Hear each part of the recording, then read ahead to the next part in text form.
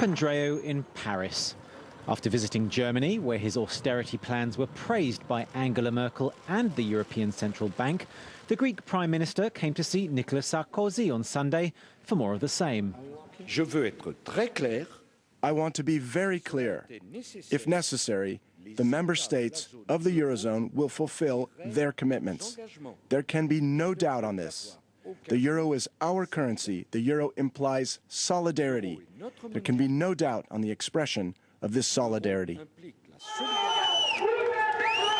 In the face of sometimes violent protests, Greece last week unveiled budget cuts totalling almost €5 billion.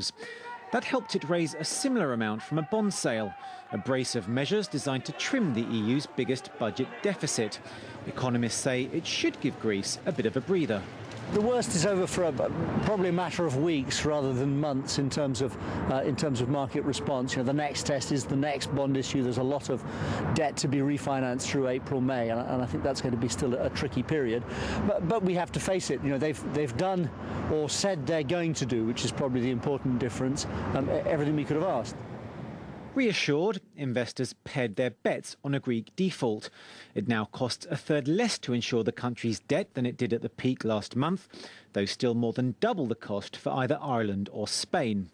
That may reflect concerns that Greece, at this stage, is just making promises, and that the EU, though supportive in public, may ultimately decline to come to the country's aid. If that happens, Greece has indicated it could turn to the Washington-based IMF. Just so happens that Prime Minister Papandreou is due in town on Tuesday to meet with President Barack Obama. Elliott, Gotkine, Bloomberg News.